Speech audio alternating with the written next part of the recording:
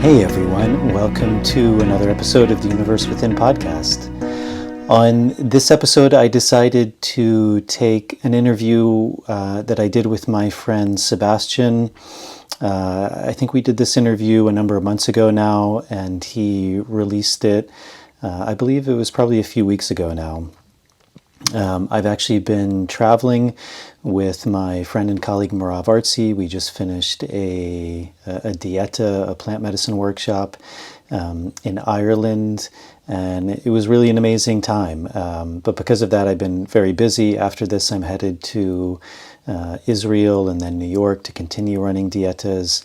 So I shot a number of these episodes in advance, but I decided to release this one as well with Sebastian. Sometimes people are asking me for more interviews where I'm being interviewed or I answer questions. So I think and hope you'll really enjoy this interview. Sebastian's a really great guy. We worked together at the Temple of the Way of Light. He came down for an ayahuasca workshop. And then recently he started his own podcast, which is really good, and he has some amazing guests. The podcast is called Leadershipedelics. He interviewed me for that podcast. And we got into some really beautiful topics. So I think we touched on a lot of really interesting subjects around this work of plant medicine. His kind of specialty, or the idea behind the podcast, is really focusing on kind of this marriage between psychedelics and leadership. He used to work for Microsoft. I believe he was an engineer there. So he's a really fascinating guy. And I think the show went about an hour and a half, and we went into some really deep topics. He did an amazing job leading it. So I think and hope you'll enjoy this conversation. After this episode, I'm trying to remember the order, but I believe after this is an interview that I did with a new friend of mine. Her name is Alejandra. She does a lot of work with the voice, a really fascinating lady. We met up in the Sacred Valley before I left, the Sacred Valley of Peru. So that was a really good conversation. I'm going to try and do an interview with a friend of mine named Kathy Coyle. She was actually working with us in the Dieta in Ireland. We tried to do it in person, but we were both super busy, so we weren't able to. But I'm going to try and do a live version, or not a live, what do you call it? Internet version over the computer with her. So hopefully that will be the following one. And then I did an interview with a really fascinating lady who is a friend of mine, or a friend of mine, Kalia Taylor, who I interviewed in one of the previous episodes. She's a friend of hers. She's done a lot of work with plant medicines, a lot of different traditions, and that was a really great conversation too. So those should be the next episodes coming out. I'm actually coming to you from the beautiful island of Islay in Scotland. It's always been a bit of a dream of mine to come out to this island. If I'm not looking in the camera, it's because it's the window is opening to such a beautiful view. I keep getting caught by the beauty, but they make all of my favorite whiskeys. They all come from this particular island. They have this very peaty quality to them. They use peat to smoke the barley, which is what they use to make the whiskey, and they have this very distinctive flavor. So it was really an amazing time for me to be able to come here. It was relatively close to Ireland. I had a few days off before going to Israel, where we're running our next workshop. So it's been an amazing opportunity. The dieta was also really amazing.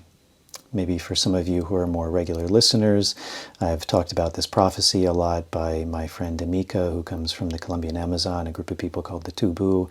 They have this prophecy of the Dirdo Amasa, the children of the new dawn, the people who are bridging the medicine of the four directions. And being in Ireland was very inspiring for me, because very much beginning to mix and bridge these especially Amazonian ways of working with plants in this very experiential way, based in a lot of tradition, and bridging that with some of these European and North American traditions. And it was very inspiring. People went really deep into the work, so I was really, really happy, really honored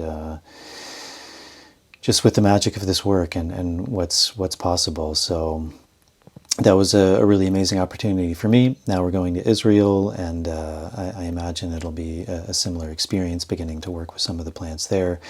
If you're interested in that, I believe we had a last-minute cancellation for Israel, so I think we still have a spot left. Although probably when this is coming out, that will be over. But the following diet in New York, I believe we also have one spot open for the first week, and I believe maybe 2 or 3 still open for the second week. So if you're interested, I'll put a link to that on the show notes. Also, Sebastian, who did this interview, he's running a workshop in the Sacred Valley of Peru with a mutual friend of ours, Kunti, who I interviewed actually in 2 episodes of this show. It was one long interview that was broken into 2 parts. So they're amazing people. Also put a link to the retreat they're running in the show notes. And I think that's it. I've been talking for a while. So without further ado, here is my conversation. Oh, I know what I forgot to mention. If you're able to support this podcast, that's always a really big help. If you're able to sign up for Patreon, that's a really big help to me. It's a subscription service. There's different tiers you can sign up for. You can sign up for as little as $1 a month. With those different tiers, it gives you some really interesting things back, things like early access to shows, bonus material, Q&As. So that's a really big help to me to continue to make and produce and edit and do all the things that it takes to bring these shows out. To all the people who have done that, as always, thank you very much. I deeply appreciate all your support. And if you are able to do that, thank you in advance. I'll put a link to that in the show notes. If you're not able to do that, as always, the really small things, if you're listening to this on YouTube or watching this on YouTube, hitting the subscribe button, turning on the notification bell, liking the video, that's a really big help to get this out to a bigger audience. It really helps with the algorithms. And then if you're listening to this, whether that's on Apple Podcasts or Spotify, subscribing to the show, leaving a starred rating, a short review, that's also a really big help. So I think that is it. And so without further ado, here is the conversation where I was interviewed on my friend Sebastian's podcast, Leadershipedelics. Running out from the maze, running out of the maze today.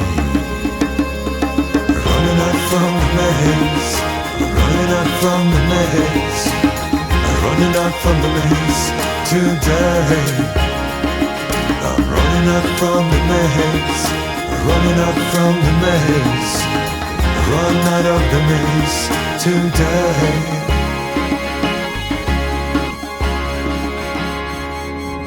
Welcome to Leadershipedelics Season 2. My name is Sebastian. Join me every week to explore the intersection between leadership, psychedelics, and deep spiritual experiences. We'll learn from people's journeys, from the hardships they've had, and from the insights they've gained, and how they use those insights to manifest a better future for their community, for themselves, and for the world around them. If you like the show, subscribe to it. And if you know anyone who would be a great guest for the show, send them my way and I'll take it from there. Hi everyone, I've got a special announcement. I'm working on a retreat in Peru in the Sacred Valley in the fall of this year. This retreat will be led by some amazing healers, 2 people I've worked with in the past, and will be focused around creativity, reconnecting with it, and manifesting a better future. It will be a plant medicine retreat in a beautiful location. More details to come, but if you're interested, reach out to me and I'll give you more information. This week we met with Jason Grechnik. I met Jason 7 years ago when he was a facilitator for ayahuasca ceremonies at the Temple of the Way of Light in the Amazon jungle. I was super impressed then, and I'm even more impressed now after our conversation. Jason has such a depth of knowledge. He shares the wisdom he's gained from his fascination with ancient cultures and what he's learned from his lifelong journey working with plants as food, nutrition, and medicine. We also talk a little bit about martial arts, where he got his discipline from, and the importance of principles in today's challenging times. Jason currently runs plant medicine retreats in Peru and travels abroad running dietas. He continues to work at the Temple of the Way of Light and also created a podcast called The Universe Within. Check it out. I love this conversation, so I hope you enjoy it as much as I did, and I'll see you on the other side. Well, welcome, Jason, to Leadershipedelics. It's so good to have you here today. We haven't seen each other for 7 years, and we got to spend the last 30 minutes working together to try to get the podcast going. So, and I'm at the same time, I'm enjoying the sunset behind you. So thanks for being here. Yeah, it's funny, a former Microsoft engineer and a guy who has a podcast, and it took us a half an hour to get started. Well, yeah, exactly. I think the technology still has a long way to go. But, I'm not there anymore, just like you said, former. Last time I saw you was at the Temple of the Way of Light 7 years ago. And you were, I think, the lead facilitator. I don't know if they have titles or anything, but you came across as the lead facilitator. And I really appreciated your presence there. It's been a while. Yeah, it's amazing. We were just chatting before the podcast started. It's hard to imagine 7 years ago, but yeah, I guess so. But yeah, I was saying you look great, and I'm really happy that you started this podcast, and thank you for having me on. I appreciate it. Oh, thanks. So, since the last time I saw you, what happened? How's your life been? Well, I'm trying to think. 7 years ago, that would have been maybe 2015. So yeah, at that time I was facilitating at the Temple of the Way of Light, which is a big ayahuasca healing center in the Peruvian Amazon, working with a group of people called the Shipibo people, who have a really long lineage of working with ayahuasca and just the plant pharmacopoeia of the jungle in general. I just finished a pretty long process of dieting, doing a lot of work with tobacco and trees, and probably since that time, not a lot has changed. For really up until the pandemic, I was doing a lot of facilitating, running some diets myself, and then with the pandemic, a lot of this work shut down because I'm here in Peru, and that's where a lot of this work is, and Peru went into a really strict lockdown, so that kind of shook things up. And but I was in the jungle for that period of lockdown, and then when things finally began to open up a little bit, I came up here to where I am in the Sacred Valley right now of Peru, near the Cusco area. And I've been doing a lot of work running dietas, working with this tobacco lineage I've been trained in. Wow. I was back at the temple the end of last year, November and December. So I was back in the Moloko where we met each other. And that's kind of been my life for the last 7 years, is just pretty much working nonstop. Wow. I really felt a call that was my path at that point, was really just to work and learn through working. And then also during the pandemic, I started a podcast of my own, really to give voice to people who I respect, who are doing this work, the curanderos, the healers, the guides, the facilitators, the wisdom keepers. So between that and running diets and facilitating, it's a pretty full-time job. Yeah, it's pretty amazing how busy you get when you're doing something you enjoy. That's kind of been my learning for the last few months. Was like, oh wow, it was a lot easier to set boundaries when I was at Microsoft than now. I'm actually really enjoying what I'm doing. I'm assuming you it's the same. You're really busy and enjoying what you're doing, and just the time flies. The other thing that's really funny is like how we reconnected, because somehow you ended up moving next to my dear friend Kunti, who I've known for the last 4 or 5 years. We've done retreats together. I'm looking forward to having her on the podcast as well. And so I don't know how that happened, but that was kind of magical when she told me, it's like, yeah, I'm on the podcast for that guy named Jason, and he used to work at the Temple of the Way of Light. And I was like, yeah, I think I know that Jason. There's and it's like, does he have like beautiful piercing eyes? And yeah. I was like, oh yeah, that's him. So no, it was wonderful to reconnect, and I love the you talk about dietas and the work you're doing with the sacred tobacco.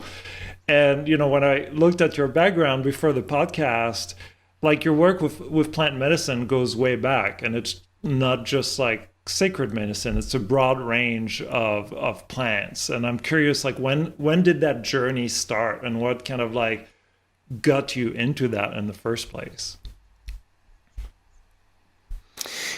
Yeah. Well, first, Kunti's great. I met her working at sorry, not working. I came to a Temascal that she was running, Ah, and I just really, yeah, I respected her. I respected the space that she held, and it was great. And I've been to a number of them since. That's one of the medicines that I really love. I, it works in similar and different ways from a lot of plant medicine, but I find it super healing. And Kunti, yeah, she's amazing. And yeah, she was on the podcast.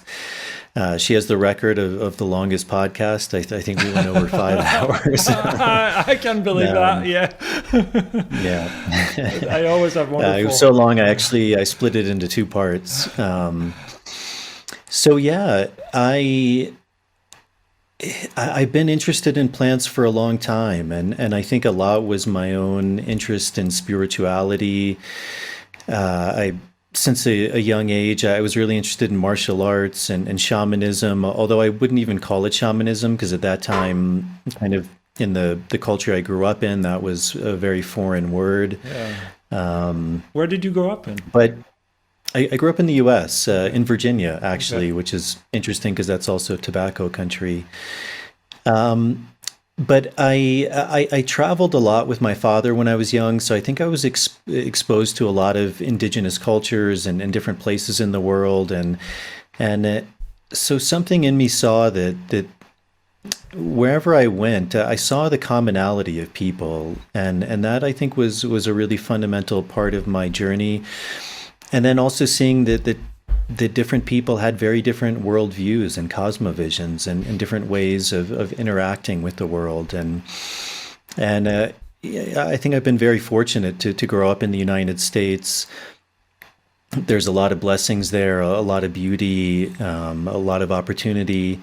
And at the same time, I think there was something that I felt was missing in that Mm. culture, this deeper reverence or connection to nature. Uh, I found a lot of solace. I was a Boy Scout and Eagle Scout, and I think part of that was just there was something very therapeutic, or I felt very connected being out in nature Mm. and camping and hiking and building fires and shooting guns and bows and arrows and uh, learning about plants. Even, Yeah. I mean, I remember one time I crawled through a poison ivy patch, Oh God. and it was a summer night, and I was sweating, and then I went back to my sleeping bag, and I didn't shower that night, and the next day or 2 days later, I mean, I was covered head to toe with these rashes, and it was one of the most painful things I've ever experienced. And but it was also something that was quite curious, also learning like, well, what's the at that time I didn't learn, but more recently, like what's the cure for that? Yeah. How does one work with that? And so eventually, I think that led me to just become really interested in religion and Yeah. spirituality. I ended up moving to New York, which to some people that may sound like counterintuitive, but it was actually amazing because it's just filled with people. It's filled with any and every school you can imagine, and so I kind of felt like I had the world at my fingertips there, Yeah. and When really when just was that? studying whatever I could. Yeah, and then I became really interested in food as medicine and in plants and herbalism, becoming interested in things like traditional Chinese medicine, Ayurveda, and eventually I found a teacher who worked with plants, predominantly through food, through fasting. He was very much a shaman in his own right. His name was Dr. David Jubbs, and that really opened me to the world. I think of really investigating what plants were and how they could work and and not just on a more of like an allopathic level, like if there was a symptom, this plant cures that, although I was very fascinated by that, but this sense that plants could also open us to another reality. And that was something I had never really experienced. I'd taken mushrooms one time as a kid, and actually had a super profound experience. But I still didn't really, I don't know, somehow connect the dots. And eventually, at some point, a particular plant, ayahuasca, started coming to me, and coming to me very strongly. And I think I resisted it for a long time. I didn't feel like I needed it. But at a certain point, it was just, and some people who've worked with some of these plants may understand it, but there was just a deep calling, and it was something I couldn't avoid any longer. And so I found myself in the Peruvian Amazon, actually at the Temple of the Way of Light. And that really opened me up to kind of this idea in more Western culture, like this Greek word of gnosis. It was a different knowing. It wasn't something of the mind, or it was pointing towards things that I had read in books or learned about, but it was actually experiencing that for the first time in a different way. And I just knew that I wanted to go deeper into that process to better understand it. And that was 10 years ago. And Wow. I ended up just kind of immersing myself in this world, working with Shipibo people, working with other indigenous people, and just really learning deeper about these plants, about these traditions, about different worldviews. And then I think really finding myself in a position now, I like this word a lot, of bridge keeper. It's there's a guy who I've worked with. His name is Amika, and in his he comes from a group of people in the Colombian Amazon called the Tubu, and they speak about this prophecy of, they call them the Diro Amasa, the children of the new dawn, the people who can take the medicines of the four directions and help to create a new Maloka, a new world. And I kind of find myself in that position. I'm certainly not an expert in any of these things. As a guy who I just interviewed, Alonso del Rio, says, the more I do this work, the less I know. Yes. And Yes. but I find myself working with these plants and working with people, and sharing to the best of my ability, and trying to always discover more myself, and that's kind of where I'm at now. Yeah. Thank you. Thank you for sharing all that. I'm probably going to want to dig in and some of those past experiences. Like you mentioned, your first experience with magic mushrooms when at a young age. You said it was really profound. Can you share a little bit more of that, and how that happened, and like what you got out of it, what insights you got at an early age? It was an interesting process because it was when I was living in Europe, and I went to Amsterdam, and Oh. like probably all the 20-year-olds who do that, the point was to just consume these things Yeah. that I never had access to: mushrooms, marijuana, edibles. As a young person, I never felt called to what I considered drugs. I think I was very much raised in that generation in the 80s and 90s of seeing these commercials on TV Yeah. of Nancy Reagan saying, "This is your brain on drugs," and Yep. popping an egg into the frying pan.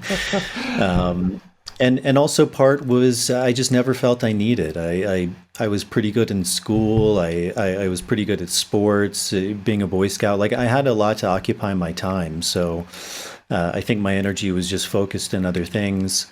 But for whatever reason, when I was 20 and I was in Amsterdam, I went with some friends, and they really wanted to try these things, and I was like, okay. And I had smoked some marijuana before, but it actually never had any impact on me. And I think a lot of that was,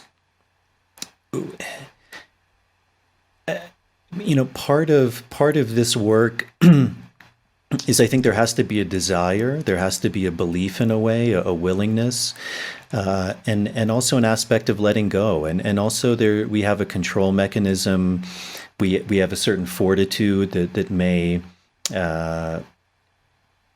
that may kind of override some of these things as well, up until a certain point Yeah. as well, Yeah. obviously, And I think also part of it was maybe a disbelief, thinking that these things didn't really have power over me, maybe kind of an egoic thing. And then it could have been some protective mechanism too. Yeah. But I remember I went with some friends and they were all partaking in mushrooms and edibles and they were having these experiences and I had nothing. I mean, I was like I was eating all of this stuff and smoking and taking mushrooms and nothing happened. And it was finally at the end of the night, it was probably like midnight. I was like, well, I guess nothing's going to happen. And I started to walk home and all of a sudden the world just shifted.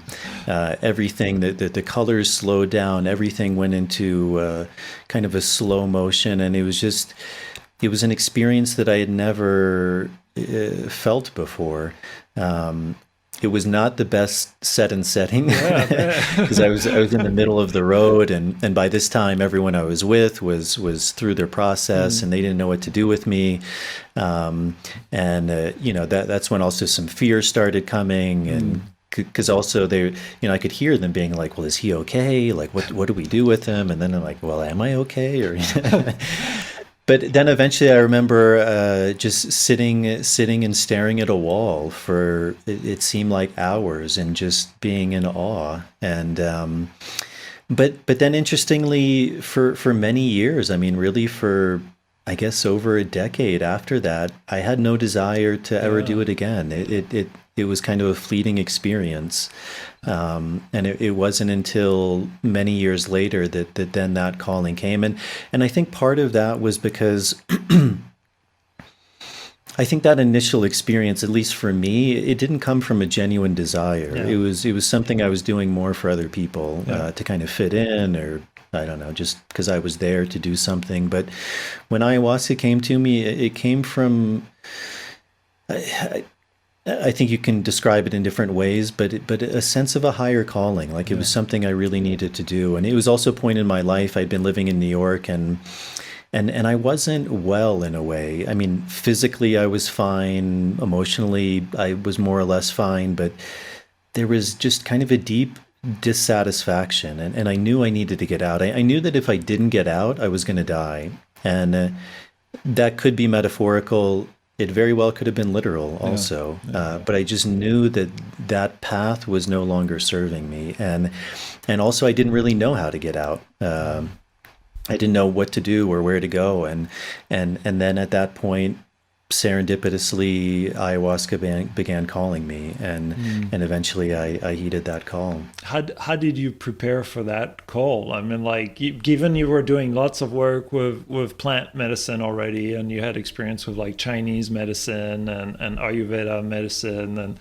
like, how did you prepare for that? Like, how did you see it coming to you? And yeah. Well, I was doing actually a lot of yoga at the time, and still really immersed in different practices, studying breath work. And I had a friend who was part of the Santo Daime Church, and that's a big Brazilian church. So I had known about ayahuasca, but somehow that didn't really call me, working in that kind of church setting. So I had known about ayahuasca, and then it was, I mean, I don't really even remember the sequence or how exactly it happened, but it just started coming to me. I don't even remember exactly, but maybe the word would somehow come, or I want to say I would read it somewhere, but at that time there was no literature on it either. So I don't think I was really reading anything, but somehow that idea, that concept was coming to me. And then I remember I was actually doing a yoga training, and it was just so strong, and it was coming to me subconsciously. It was coming to me in my conscious, just this idea of working with this plant. And Wow. I didn't even think I knew what the plant was at the time, but then I started researching, and I'm like, oh, this is ayahuasca, and this is where it comes from, and this is what it's used for. And just the more I would find out, the more I was like, this is it. This is what I need to do. And I was still resisting it, and then I would go online and try and find out some Oh, it just information scary. There wasn't a lot. And eventually I was going to go to Peru and work with this curandero, and I think I was all signed up, and then at the last minute somehow it didn't happen. But I had also found out about this place, the Temple of the Way of Light, and they were all full. But I think I just kept emailing them, and I was like, "Hey, look, I need to come. I need to come." And they're like, "Okay, well, you're on the waiting list. If anything happens, we'll let you know." And then I think maybe a month or so before, a spot opened, and I signed up, and I read the preparation material, and I did everything to the T. Yeah, that's wonderful. I was always impressed with your discipline, also, and how you carried yourself at the temple, and I could feel. I don't know where that's coming from, but I could feel like you have a very disciplined approach to how you're coming to that and how you're coming to plant medicine, which is very appreciated. Like, what do you attribute that to?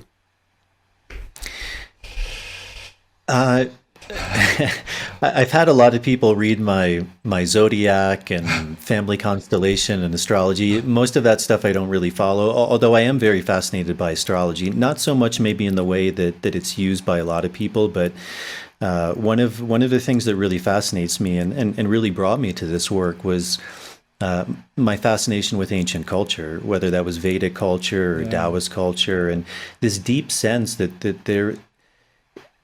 I think many of us, we very much tend to look at time in a linear way. We look at technology in a linear way. And something I found very fascinating, that all of these ancient cultures were pointing towards this cyclical nature of time and the cyclical nature of advancement. And something about that, I was hesitant because I was also, my cosmovision was very different than that. And yet something about it really drew me into it. And the more I went into it, reading about all of these ancient cultures, I could see that they were all pointing towards something. And for me, it seemed very obvious, and it was strange hearing these different takes on it that really seemed to separate these paths and people fighting with each other. And for me, the essence of them all seemed very similar. So part of my own journey was that fascination with ancient cultures, and a lot of my fascination, I think, was also learning that a lot of these things took discipline. And, so again, from an astrological point of view or family constellation, that may just be my nature. I don't know. And I'm sure a lot of that is true. I think, also part is life circumstances. I mean, I grew up in a very loving family, but also when I was younger, we didn't have a lot of money. My parents worked very hard, so I think I also saw like that to progress in life takes a certain discipline. That it takes work, it takes commitment. I think I very much learned that from Boy Scouts, that things don't come for free. Like if you want this merit badge, you have to work for it, and you have to work harder than the next guy, and that like things don't come for free in a way, and I think sometimes we look at that as like a Western mentality, but it's really not. It's a very primordial mentality. I know an Arhuaco guy, which is another Colombian group, and if you ask him really what's the root of any problem, he says falta pagamento. Like you haven't made a payment. And I think it's very much going to that idea that like nothing is free. There's a reciprocity for everything. There's an action and reaction. And if we don't do, not only in our actions, but our words and our thoughts, that's karma also. We reap the fruits of what we sow. So I think, maybe there wasn't even a real intellectual understanding of that, but I could sense that, I could experience that. I was really into sports as a kid. I think that was also probably just part of my constellation, who I was.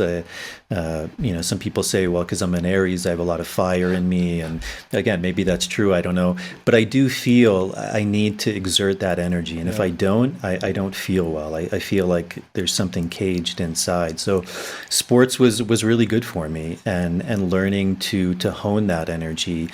And sports definitely taught me discipline, because again, it's a competitive aspect, and if you don't compete well, you're going to lose. And I also really saw there was no magic to this process. It was hard work. It was effort. It was, how early do I get up? How many hours do I practice? Where is my mind at? So I think all of those things were very valuable, and also martial arts. Martial arts was huge. People who've listened to other interviews that I do, they're probably sick of me talking about it. Well, but it came up in the last one. I've learned as much from jujitsu as I have from plant medicine, and I find it very powerful because it's very real. It's a martial art that's very, very real. Every day when you compete, you feel what it's like to have a man on top of you, trying to choke you, trying to break your limbs, using his force. You realize very quickly that size matters, strength matters, that there are realities in nature that you can't avoid. And the only way to avoid is to be better than someone, to practice more, to be more disciplined, to learn technique.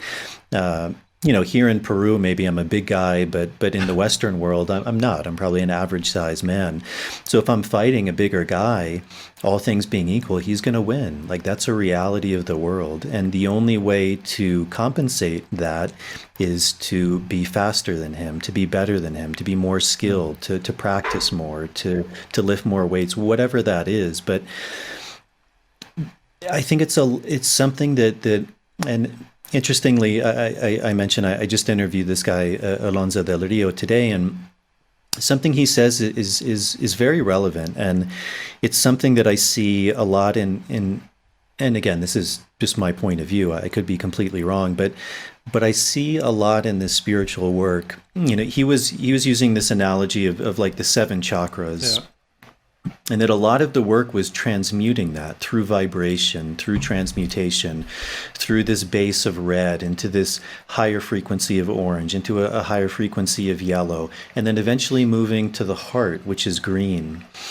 But it's very fascinating because he's also not saying, well, and then from there you're going to the next chakra and the next one, which is what most people view, and that they view that the goal is to go here to this level. And these plants can very much take us there. But something that I've really seen is I think a lot of people can get lost in those layers. And there's this esoteric principle of as above, so below. As below, so above. And I think it's a really beautiful analogy that those two realms have to come together, and they meet in the heart. And that's the archetypal image of Christ, of Jesus, the heart that's on fire, that's pure love, that's emanating from that. It's not coming from his 7th chakra or from the third eye. It's coming from his heart. So I think some of these things like discipline are actually super important, because even in this world of plant medicine, of shamanism, people talk about these things like black magic or brujeria, which, all of those things are very valid and they're very real. But like any reality, they're real through the cosmovision that we see the world through. And so they can mean very different things to different people. But one of the faults, I think, that can lead to a lot of those things is not being disciplined. And I've seen that in my own path. I've seen where I've made mistakes and where I haven't been in integrity. And it's a very, I think, as one begins to work with plants or really any path, it doesn't have to be plants, it could be anything.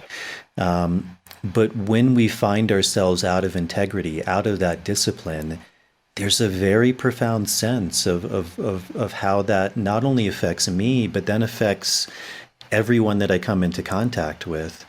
And that's a reality. And so having that discipline is very difficult. Yeah.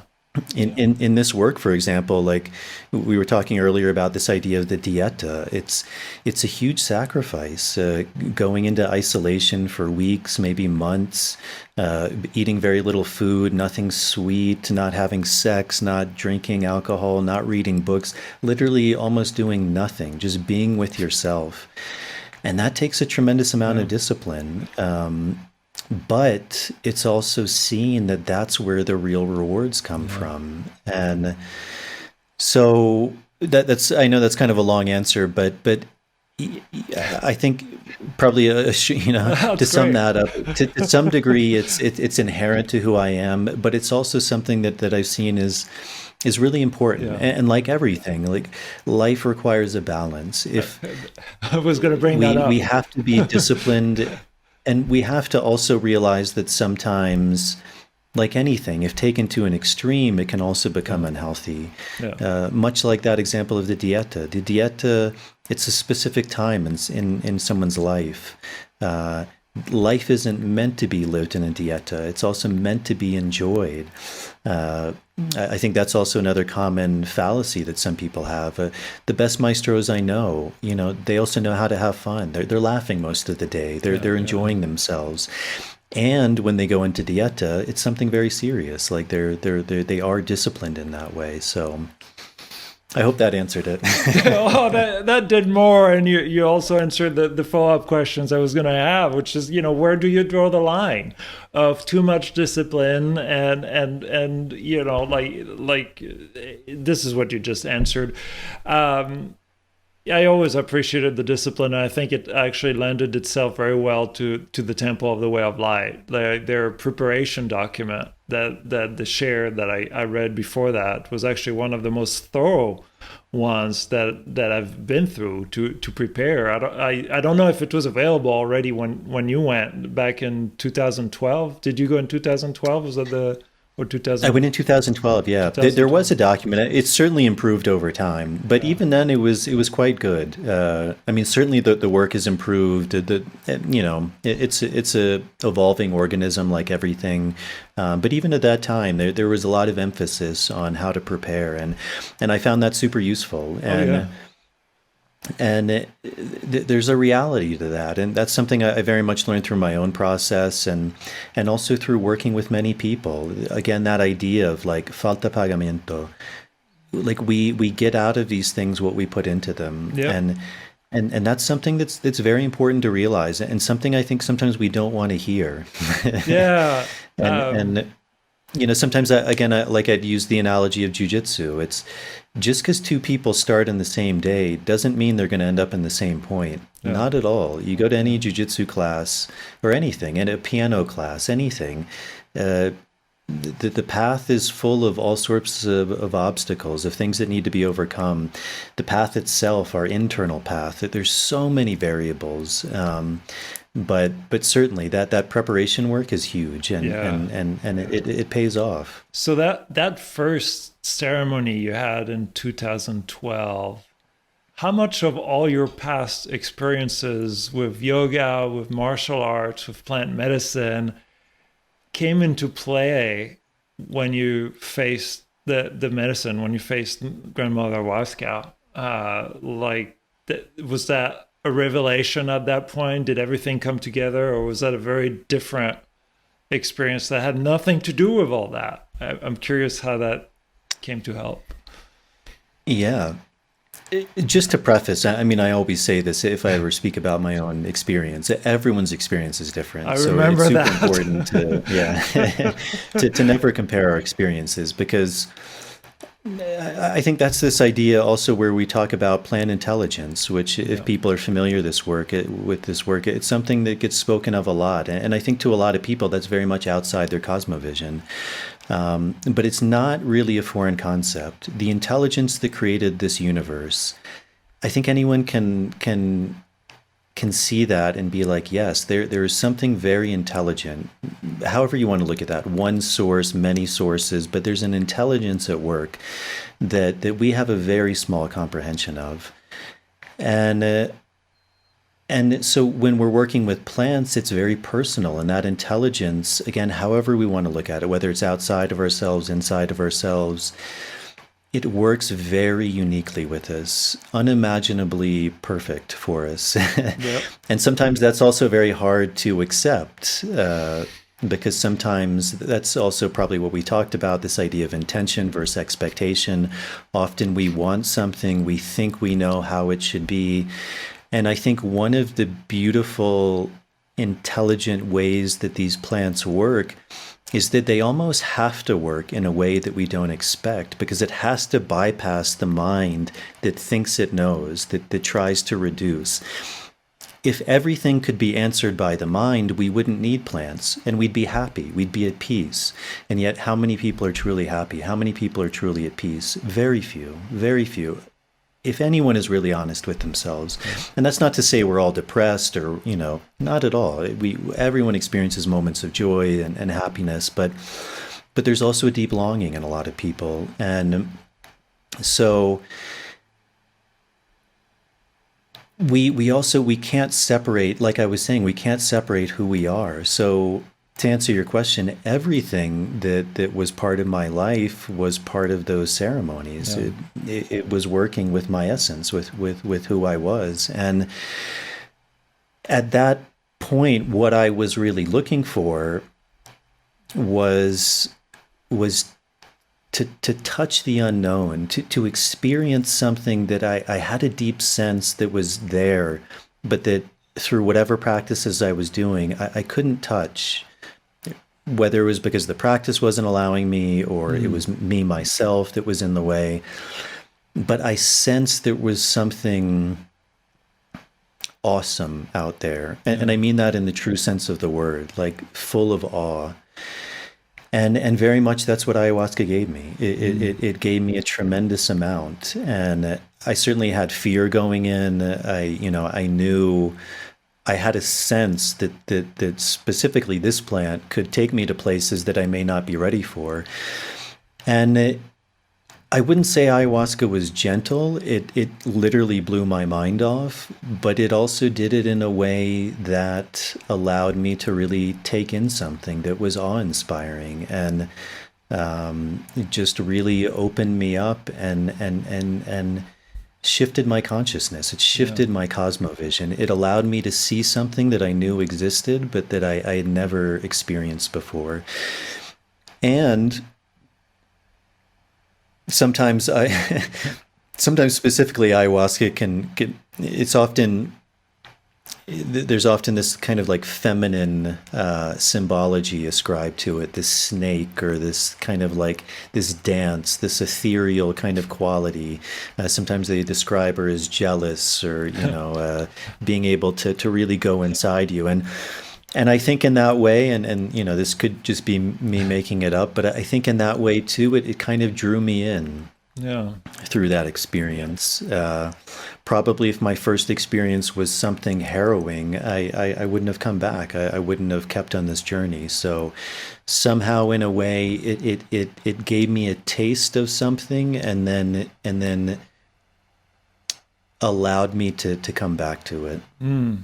That's beautiful, and you took me to some flashbacks of the discussions we had when you were facilitating the ceremonies in Peru at the Temple of the Way of Light, and reminding me that, like, even though we talk about experiences on this show, they're all very personal. Even the preparation for the experiences is very personal, and the integration is very personal, and it's all based on our context and our previous experiences, and it's a challenge because people are interested to know what happens, and you can't put it into words, and you have to preface all that, and but then if you don't share any of it, then they become afraid of it. They're like, well, what are they doing up there? It's weird. So, it's like finding the balance to, provide some insights on how, I think from my experience of how people can move forward and not be afraid of the unknown. I think it's, I think you did a great job there, walking that line of, sharing some of your insights. But, like, people need to understand, like, you're not going to get that. Like, you're going to get a completely different experience that is yours. It's your own experience. And it's what the medicine, you get out what you put in. Like, everything you touched on, I'm like, oh, this just takes me right back to that introduction session we had with you, which was, again, like, it was great, one of the best ones, and I really appreciated that. Now, like, you've probably conducted countless ceremonies, or not conducted, but facilitated countless ayahuasca ceremonies since then. Like, watching people go through those ceremonies, what are some of the big insights you've gained from that on kind of humanity and the world and us as people? On you've shared some of them, but I'm curious if you have a few of them that really stand out that you haven't shared yet. Yeah, absolutely. I think really what I've seen and gained is the ability to see that all of these esoteric teachings, these ancient cultures that had tremendous insight into the human condition, that they were all real, and that they were all pointing towards something universal. And as you were saying, the medicine does work in a very personal way. And from the outside looking in, it can seem like it's working in these chaotic ways, and that nothing is related and symbolic, and nothing is concrete. But the more I've worked, I can never say I understand how the medicine is working, but I see commonalities, I see archetypes, I see patterns. And part of that is through my own process, and a huge part has been through working with so many people. I mean, it's really been a gift, and just seeing time and time again how these patterns play out. And that's why I was saying it. I mean, even if you take, for example, like a Buddhist point of view, that there is suffering inherent in nature. It's the Christian archetypal point of view that we all started in grace. We all started in Eden, and through duality, through this tree of good and evil, the knowledge of good and evil. Interestingly, we were tempted by the snake, by actually the symbol of wisdom and medicine. We fell from grace.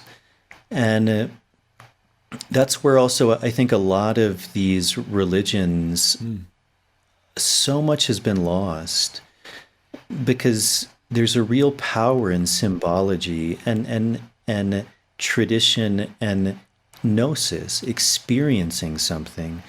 And when we don't experience that, like anything in life, we can get lost in the world of form, in the world of ideas, of beliefs.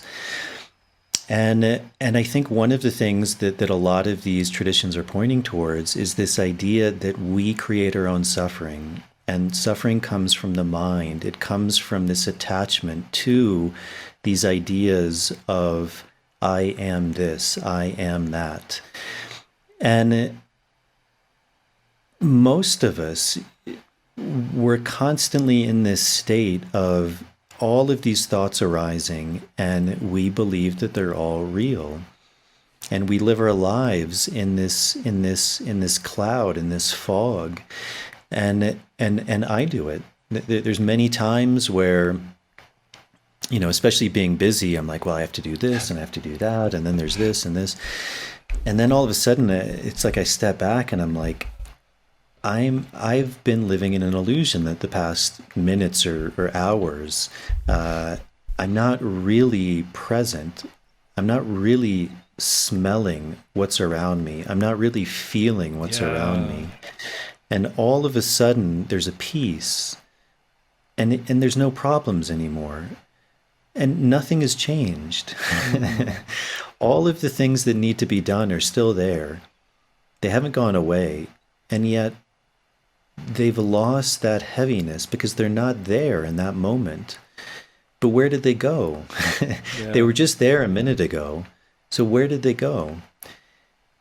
And through this process, and I think these plants like ayahuasca are extremely powerful about that with this, is they take us into that. They take us into our nature. They take us into those thoughts, into those belief systems, into those cosmovisions, sometimes in a gentle way, sometimes in a very harsh way, in a way that it's very difficult to escape. There's nowhere to run. And we're forced to be in that. And interestingly, a lot of these traditions, like especially in the Amazon, but you see this in shamanic traditions all over the world, they would say that this reality is secondary. And that's very counterintuitive to a more Western approach, where we say, well, this reality is primary and anything else is secondary. My dream is secondary. My emotions are secondary. My thoughts are secondary. In this shamanic point of view, the dream is primary. And from the dream, the world is manifested. From the singularity arises the duality, arises the light and dark, the good and bad. So the world that we're living in this duality, is actually secondary. There's something primary to that. And that primariness is who we are. But we just get lost in all of the infinite cycles of in a Buddhist point of view, of birth and death. I am this, I am that, I have to do this. Every time we think about that, we're reborn into this world. And so these plants take us on this fascinating journey into often all of the things that are holding us back. Our fears, our doubts, where we're lacking, where we've made mistakes, where we haven't been in integrity.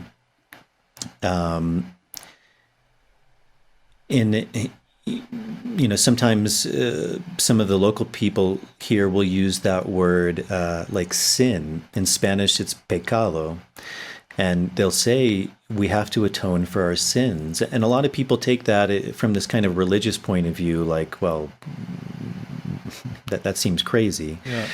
But again, I think there's a much deeper truth to that we have to come to terms with where we've been out of balance. I mean, even that word sin, it comes from this idea of to miss the mark, to not be in center, to not be aligned to truth, to reality, to God. And this work of plants begins to take us into that. And it can be a very difficult process. Yeah. And again, that's why so many different things can come up. People can have very different experiences. It's also where are people ready to go? Because sometimes people come and they say something like, I want enlightenment. Maybe, but there's a very high likelihood that we're not ready for that. Because to do that means to come face to face with the entire reality of creation. All of our past, all of our present, all of the future possibilities, to really stand in the face of awe and be able to take all of that in is a tremendous responsibility. And so often these plants are helping us to prepare, one layer at a time. We often use this analogy of an onion, peeling these things off. Often first, like that layer, or that analogy that Alonso was using of these base layers, the red, the orange. First we have to get rid of that heavy stuff. If we were in a very abusive relationship, or if we have these very negative thought patterns of I'm not enough, I'm not good enough, we have to really go into those. If we have a lot of anger towards people, we have to go into that. If we have resentment towards our father or our mother or our spouse, we have to go into that. And that's where often this analogy of a mirror comes in. And what I'm going to say may trigger some people, but part of that mirror is looking and seeing that all of the things that we judge people for, we also have inside of ourselves. Yeah. And until we can resolve that in ourselves, it has no choice but to be manifested in others. As we begin to change ourselves, there's a very beautiful saying, I think it's attributed to Lao Tzu, is that we have to be the change that we want to see. And we have this tendency of humans is we find fault in everything, everyone, but it's very difficult to see it in ourselves. And yet those same thought patterns are there running, but they're often subconscious. And so to really become aware of that, to see where also I've done those things, to see in others where they've done wrong, where I've done wrong. And that's where also a lot of these traditions, I think, are pointing to this commonality of this oneness, that I am you. In the world of manifestation, we're not. We're separate. We have to be separate. That's the only way we can interact with someone, that we can experience something, is there has to be something outside of ourselves. But in that way of doing that work, we're constantly forced to come back inside. And that's the archetypal hero's journey. And it's very difficult. Few people really want to go into that. It's much easier. And I fall into these patterns. It's like, I don't want to go into something, so I'm going to have some chocolate ice cream, or I'm going to watch something on Netflix because I don't want to deal with something. Yeah. That's kind of that path of the warrior, is to be ready to go into those things. And these plants give us an amazing opportunity to do that. It's this ancient technology, and it's often called a science by people who work with these. And that may sound very strange, like, how is this a science? But it's very much a science of the human being. What does it mean to be a human being? What does it mean to walk this earth? What does it mean to be alive? What does it mean to feel? What does it mean to have fear? What does it mean to love? And to fully go into those things. And I think at the root, you asked what is something I found. And since the beginning, for me, what I really see at the root of all of our suffering is fear. Yeah. And it's fear of the unknown, it's fear of losing control, it's fear of death, it's fear of life itself, and all that has to offer. Yeah. And to overcome that fear, it's the greatest challenge any of us will ever face. And from that, all of these, what we may call negative emotions or patterns arise: the anger, the frustration, the lust, the jealousy, the envy. If you look at it from a Christian point of view, the 7 deadly sins, those all come from that primordial split. And to truly be able to wash away all of those layers it's a tremendous feat. It's a tremendous feat to say, I'm not this, I'm not this, I'm not this. Who am I at my essence? But the more we go into that, I think the more we're able to see that universally. There's a beautiful quote by a samurai, Musashi, and he says, when you understand the way in one thing, you understand it broadly. And I think it's very similar for us as human beings. As we begin to more deeply understand ourselves, we begin to see that in all things. That's also that analogy of as above, so below. And so that's the path. That's what these medicines are doing. And for some people, it can be a spontaneous thing, although that's quite rare. For the vast majority of people, it's a process, it's a science, it's an art. And it's coming and working with these things. And always, it's helping us to evolve. It's helping us to become more whole. That's what healing means. That's what integration means. Integrity. It means to be whole. And I think these plants are trying to bring us back to wholeness. A small caveat with that is that I think it is vital that people work in a set and setting that's conducive to that. Because these plants are extremely powerful, powerful beyond our wildest imagination, if we're willing to go to those places. So to be in a space that's well held, where there's a scientist, a doctor who knows how to take care of ourselves, maybe in a very surgical way, taking things out, putting things in, moving energies, and also just in a very human way, like really looking at us, sitting next to us and telling us from not from a place of mind, but from a place of heart, it's going to be okay. And that simple act of humanness can be everything to someone. Yeah. I can relate to so much. Thank you. It's funny because I use some of those terms you use now, and I don't know where they came from. I don't know if they came from you, and I picked them up from the temple. And it's beautiful. The onion. I mean, first you have to realize there's an onion there. Because a lot of people, they'll be like, I have no trauma, I'm good, and I'm just gonna go do this for spiritual growth. And I'm like, just like you were saying, I'm like, okay, we'll see. Do your preparation and go through that, and then the medicine will will give you what you need, and you'll see the onion. Yeah, this is really this is really important. Everything you shared, and I don't really have anything to add except from my own experience. I've lived a lot of that. I've experienced it. I've seen it. I attest to that. It's kind of funny the experience at the Temple of the Way of Light continued to happen even behind. Like, that's the other thing, is there's an obsession a lot of time with the ceremony itself and the substance, especially with the substance, and people forget that the substance is one element to the entire experience, for lack of another word, but experience to me doesn't do it justice. But it's just one small element, as you were saying. The doctor, the healer, the facilitators, the location, the preparation, what happens before, afterward. Like your intent. Oh God, I remember at the temple, there was a copy of the Bhagavad Gita, a little book, a little copy on the shelf. And I would read that before the ceremonies. And one day I read the passage about intent without expectations. And I worked on that through the ceremony. And it was really interesting because I actually ended up in a loop as a result.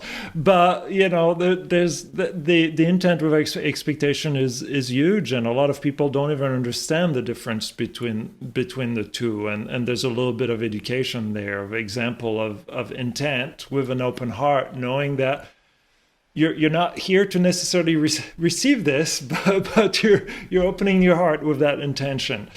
And so, yeah, I mean, I really appreciate all the wisdom you've shared here. And I'm also getting a notification from my browser that you're running out of storage space. So I'm hoping the recording is still going through.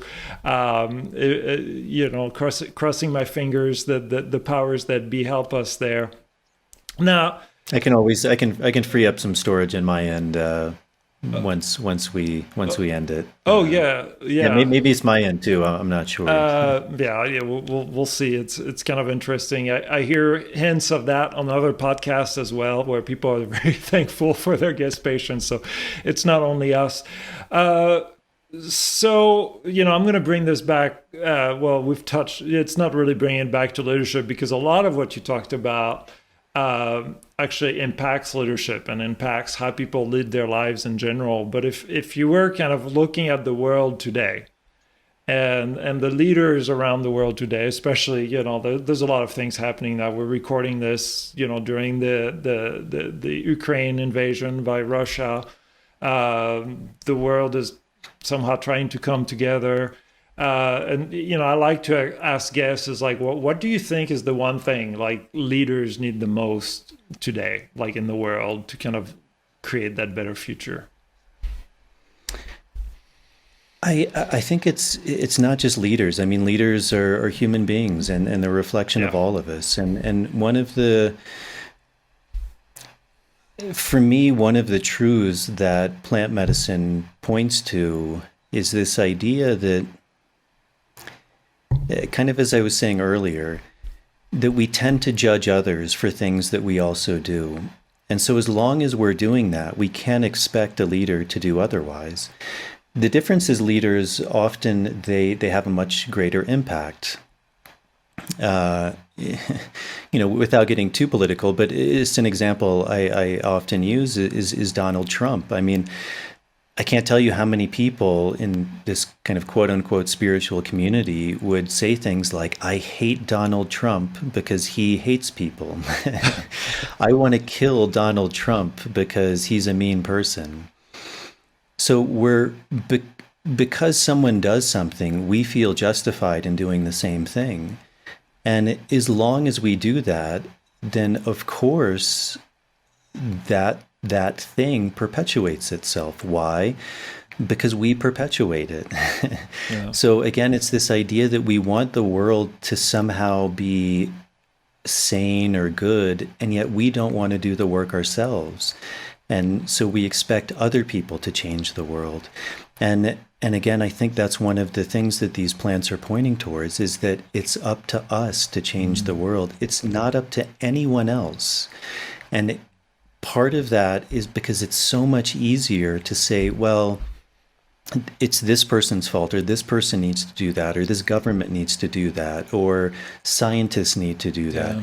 But what am I doing? And sometimes we think, well, I'm insignificant. I'm one person. What difference does that make? It makes all the difference in the world, because humanity is made up of individuals, of humans. It's made up of you. It's made up of me.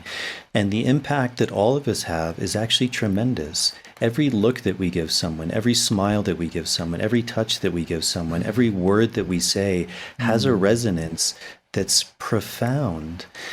And if I had to say one word, the first word that came to mind when you asked that question was principle. What do leaders need? They need principle.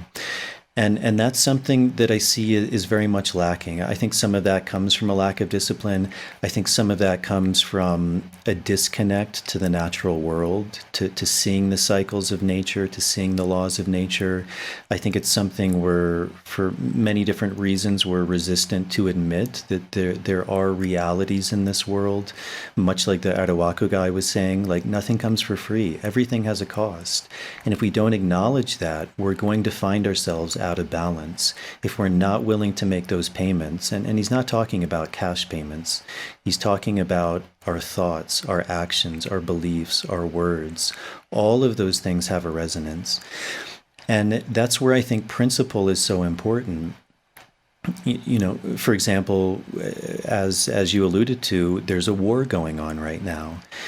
And I find it fascinating the reasons that people will justify that. Well, this person did that, or this country did this 20 years ago.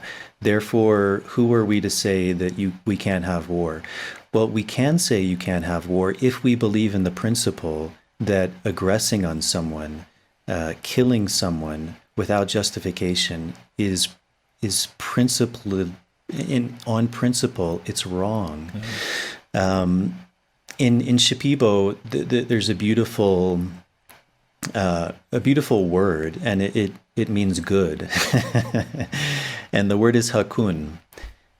So often it's translated as good, but from my understanding, on a deeper level, it means truth. That which is true is good, and on a deeper level, it means that which is life-giving. So that which is life-giving, that which is supporting life, that which is flowing with life is truth. It's good. It has a life-giving energy. That which is hakunme, which is not good, is that which is not true. And it's that which is going against the life-giving nature of the universe. That's a principle. That's a principle that's actually built into a language, which is incredibly powerful to think about. I think, again, for many reasons, we've gotten away from principle, and it's very easy, and that's where fear comes from. For me, it was very apparent kind of in the last thing we were dealing with, which was COVID. What is principle? What do we believe in? And it was very fascinating for me seeing people who said prior to COVID they had certain principles, and yet when this thing happened, all of those principles went out the window, or they were doing the exact opposite of what they said. Do I love someone? If the answer is yes, then my action has to come from a place of love. Do I believe in segregation? Do I believe in demeaning someone? Do I believe in freedom of choice? Do I believe in bodily autonomy? It's much easier to have a principle when we agree with the thing that's happening.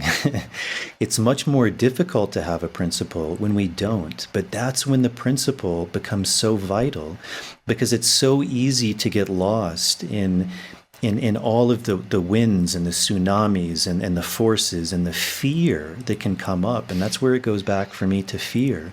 Fear is this tremendously powerful force. It's a tool that people are using right now to divide us and to weaponize some narratives, and you have to see through that, and that's where principle is so important, because if I find this to be true, if I find this to be supporting of life-giving, now I have a rudder in the storm that no matter how much the storm batters the boat, if I hold true to that principle, the rudder will get me through. Yeah. It's very easy once those storms coming to say, well, in this case, the principle doesn't hold, or I don't really believe it, or there's an exception here. That's when war starts. Yeah. And I don't mean just on a literal level. That's where the internal war starts. Oh. And we all have that war going on within us. So of course we're going to have war going on without. Yeah. Again, that's that esoteric principle, as above, so below. Yeah. So I guess to answer that question, for me, that principle is extremely important. And to really find, for all of us, to find principles that we hold to be true. And then those have to be tested. And if something shakes that, then that principle isn't true. But when we find something and there's a deep sense, that idea of gnosis, in our own culture, there was two words for knowledge. One was a knowledge in the way that most of us use that term, knowledge. Like, well, I read this in a book, therefore I know it. Or one of my favorite things of facilitating is maybe we'll say something to someone and they're like, oh yeah, well, I know that. And it's like, well, you know it, but do you know it? Are you living it? Is that who you are? And if the answer is no, then we don't know it.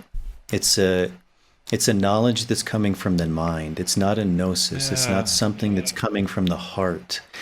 And when something is coming from the heart, that space of the heart, there's a truth there. It's life-giving.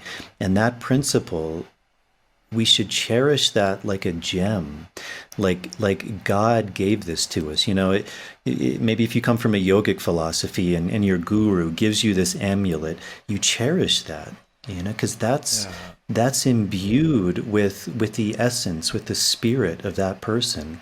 That's why people wear a cross, because even when they're in a difficult time, they can look at that cross and they're imbued with truth. They're imbued with this idea that there's goodness in the world, that there was a savior, that there was someone who died for my sins. And that's a tremendously powerful thing. And so I think for all of us to really find that for ourselves. And I think that's one of the beautiful things that these plants, hopefully, if we really go into this work with a genuine desire, these plants can begin to open us to that idea of principle, to that idea of truth. And that's where also you mentioned this idea of integration comes in, because life will test us, as we're seeing in the world right now. Life will test us. Yes. It seems like it's, always in an exacerbated level right now.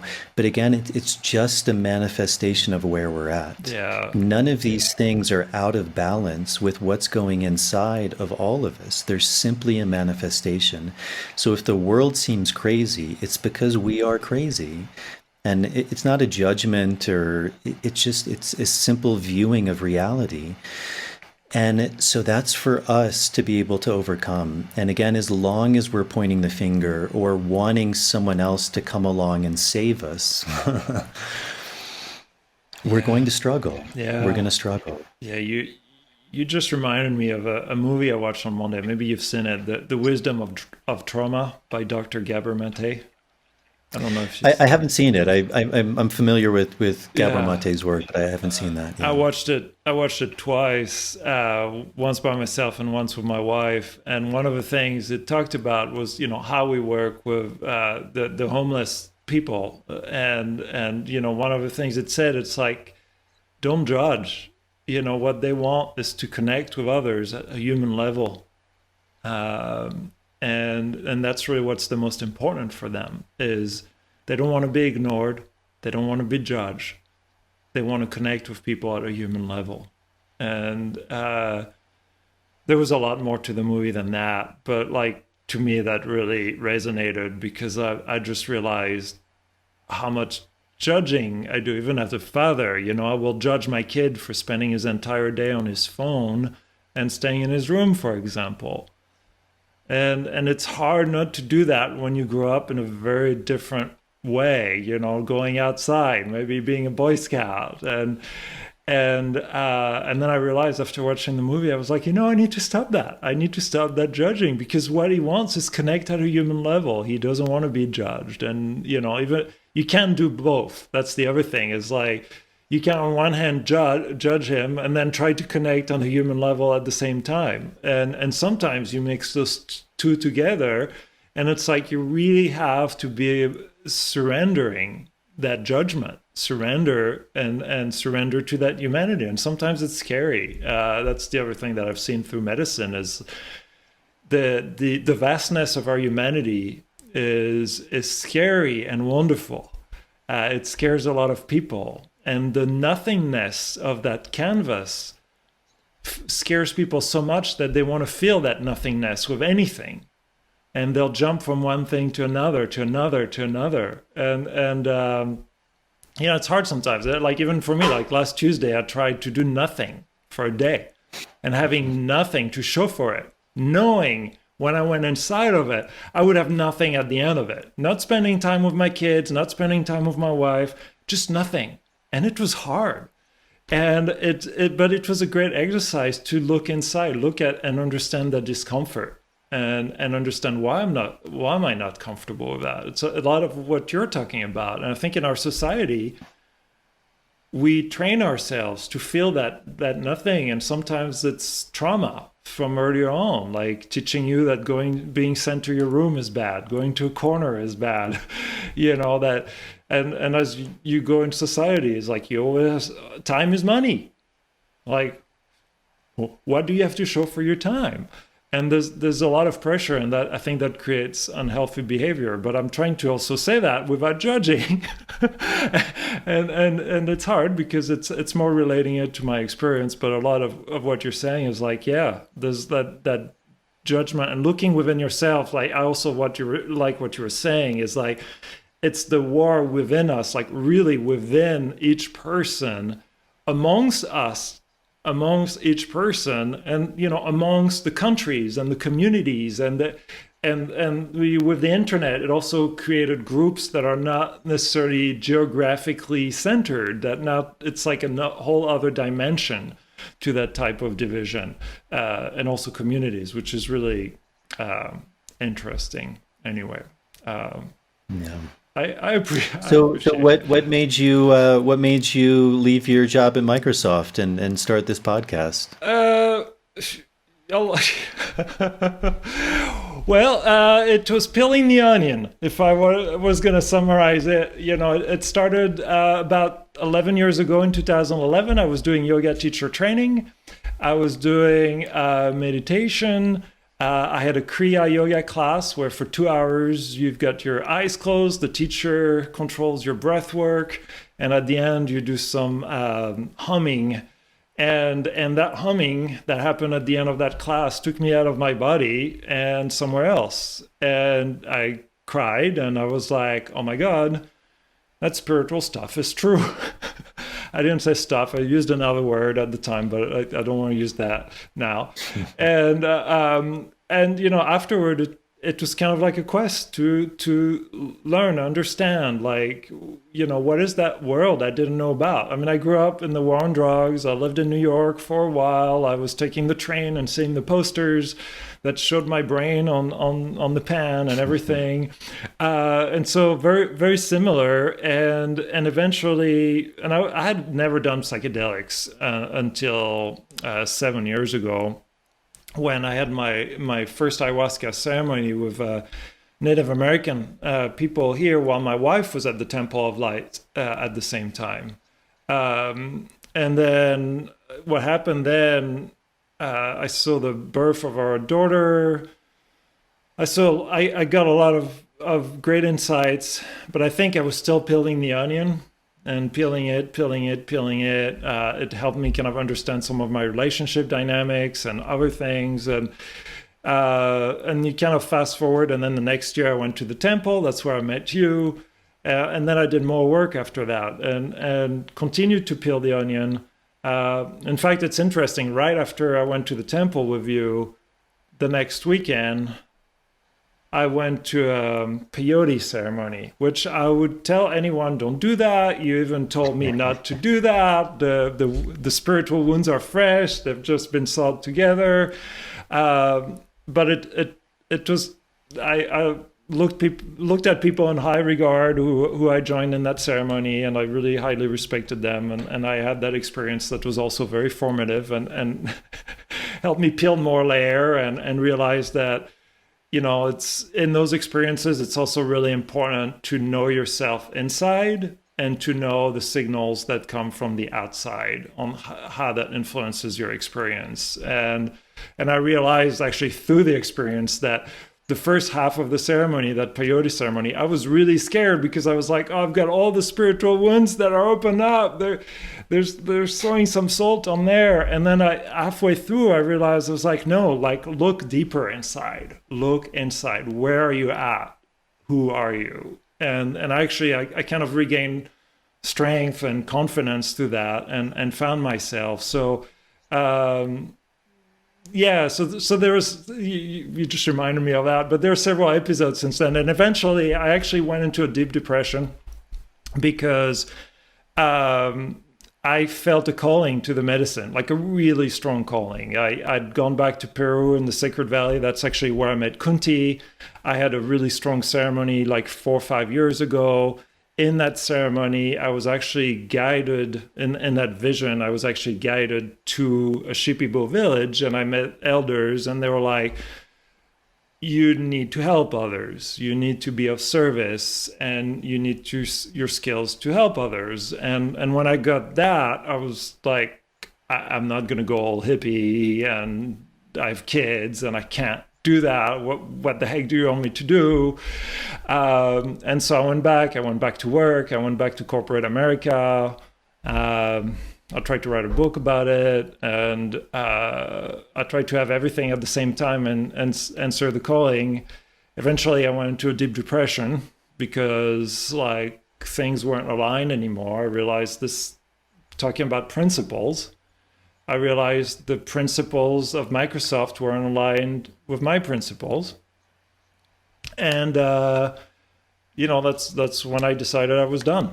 And I wanted to focus on following that path and helping share kind of the wisdom of plant medicine and help destigmatize it, and also help people realize that it's not just for mental health, that like mental health is one aspect they can help with, but there's other things that we shouldn't judge either, that they can help with, relationships, creativity, and helping you heal others as well. So that's how I ended up here with you now, here and now. No, that's great, Sebastian. Yeah, and you have this idea of leadership tied into the podcast. Yeah, the leadership, that's interesting. I use leadership in the broad sense, really. It's like how each individual manifests their own future and how that goes kind of up to the community, to the family, to the community, and eventually people who run companies, people who run teams, but countries, whatever. So it's very broad. And I had a coach trying to help me who worked with plant medicine trying to help me leave Microsoft to map that out. And he was like, you need to do a podcast. And I was like, no, not another podcast. And there's so many of them. And eventually it kind of hit me of like, no, I want to talk about people's journeys and the insights we can gain from those journeys that can help others, and even help people who will never do plant medicine, even help people Steve Jobs is a good example. I mean, he's done psychedelics, and people who are totally against psychedelics will use iPhones every day. And so I wanted to kind of look for also more leaders like that had already impacted the world with some of their learnings, whether it's with, ayahuasca or other plant medicine. And we actually had already benefited from that. Because I believe it's hypocritical, but, to say, well, psychedelics are bad, but then I'll use my iPhone and, here's a company maybe who try to have a more positive impact than others on the world, though it's questionable with their manufacturing and all that. But, I know I've worked in tech, so I know how much they've tried more. And so I wanted to, that's how I ended up doing the podcast and having guests to share their journey. It's humbling. That you talked about wanting to be enlightened. And it's kind of funny. I had this thing. It's like the more you learn, the more you realize the less you know. Another kind of vision I had recently is like, you read all the books in the universe to realize you don't have to read any books to really understand it all. And I think in yoga, they talk a little bit about that I think I was reading Patanjali Yoga like 11 years ago, but there's a concept like that. It's like, like you read it and then at the end, it's like, well, you don't really need to read it. And so, yeah, but it's a great journey, and it's amazing to see once you're free, to see how the universe answers that call. And it's really humbling. So, I mean, we reconnected. Oh, that's great. Yeah. Which was completely random, and it's such a pleasure. And I can't wait to. I haven't listened to your podcast yet, and I can't wait to listen to that. It sounds amazing. Yeah, you can start with the Kunti one. That'll be like 3 days of listening for you. Well, Kunti and we always have, after ceremonies, we'll talk for hours, and she's amazing, and we'll actually play. That was one of the wonderful things in my experience that happened, is when I met Kunti, we were working with Pepe, who was featured in the movie The Last Shaman, and at the end of the ceremony, once he was done with his part, he actually was open to having Kunti sing, and he also invited me to play music. And so I started playing harmonica, flute, drums, and that was like 4 years ago. And that opportunity that he gave me allowed me to just discover the side of myself I had totally forgotten. The creative side and a way to use that to help others. And so, that was thanks to her and Pepe that, I was able to expose that creative side, which, was hard to leave after that. So, yeah. Oh, that's great, Sebastian. It's wonderful to see you. You look great, and it's wonderful to see you to see you doing something like this, and the world needs more of that. Oh, it's thank you. as we were kind of alluding to, it's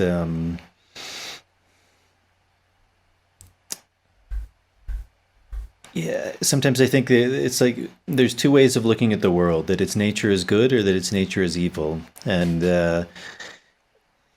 if we want to see the world as evil, that's a tough way to live life. That's a tough way to live life. Yes, I agree. Thank you.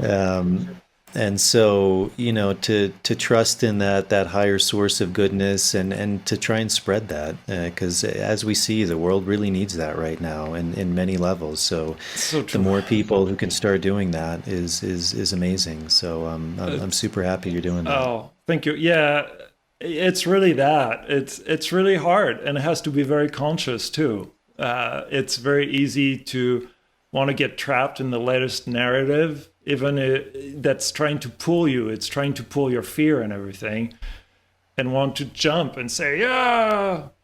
And sometimes I'm like, no, like I'm going to play flute today. I'm going to play flute and I'm going to have a nice positive reflection and I'm going to post that on LinkedIn and I'm going to post that on places where I think that needs to be heard. And people might think it's weird because they want to jump on their latest fearful narrative, but I'm not going to do that. And it does sometimes, it requires a lot of thinking because it's like, that's not the world I want to live in, what they're talking about. Like, I know there's good. I meet the good every day. I see it every day.